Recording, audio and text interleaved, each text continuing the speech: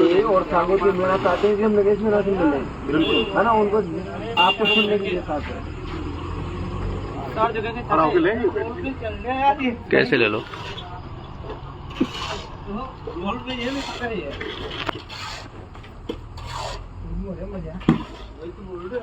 साथियों नमस्कार।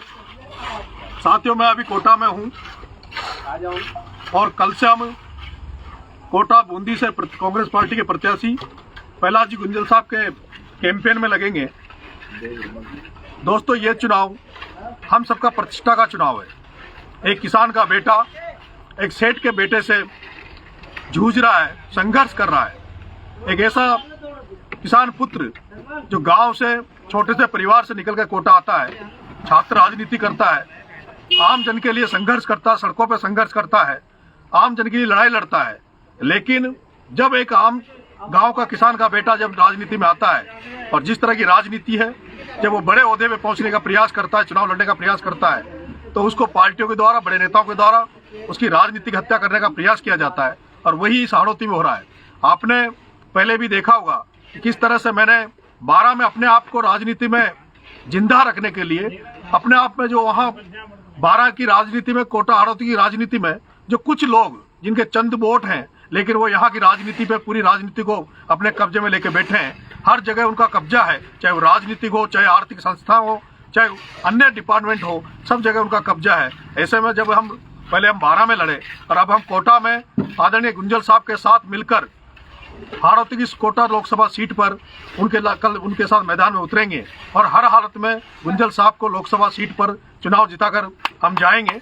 मैं मेरे सभी युवा साथियों से, हाड़ौती के मित्रों से, कोटा, बारां, बूंदी, झालावाड़ में जो भी मुझे चाहते हैं, मुझे अपना मानते हैं, उनसे मैं निवेदन करना चाह रहा हूं कि कल से ये चुनाव प्रहलाद जी गुंजल के साथ साथ ये नरेश मीणा का चुनाव है।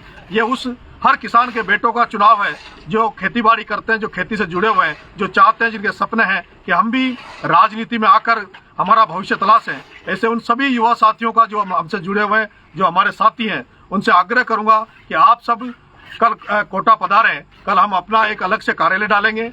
जिस तरह से गुंजल साहब अपना चुनाव संभालेंगे, उसी तरह से गुंजल साहब के छोटे भाई बनकर हम अलग से अपना कार्यालय खोलकर और गुंजल साहब के हाथ मजबूत करेंगे और पूरी हाड़ौती को दिखा देंगे कि किस तरह से किसानों के बेटे पीछे नहीं है। किसानों के बेटे भी अब राजनीति में भी हर तरह से सक्षम है, बड़े से बड़े सेठ पूंजीपतियों के बच्चों से लड़ने के लिए तैयार है। और ये जो हाड़ौती की राजनीति जो चंद पूंजीपतियों के हाथ में है, उस चंद पूंजीपतियों के हाथों से निकालकर आम किसान के बेटों के माध्यम से आम किसान के घर तक पहुंचाने का काम हम सब करेंगे। इसलिए मैं मेरे मित्रों, सभी कोटा, बूंदी और झालावाड़, बारां में जो भी हमारे शुभचिंतक है, हमारे मानने वाले हैं, हमें चाहने वाले हैं, आप सबसे मेरा आग्रह है कि कल आप सब लोग कोटा पधारें और इस चुनाव को अब एक नया रंग देने के लिए हम सब तैयार हैं। आप सब भी आए और इसमें शामिल हों।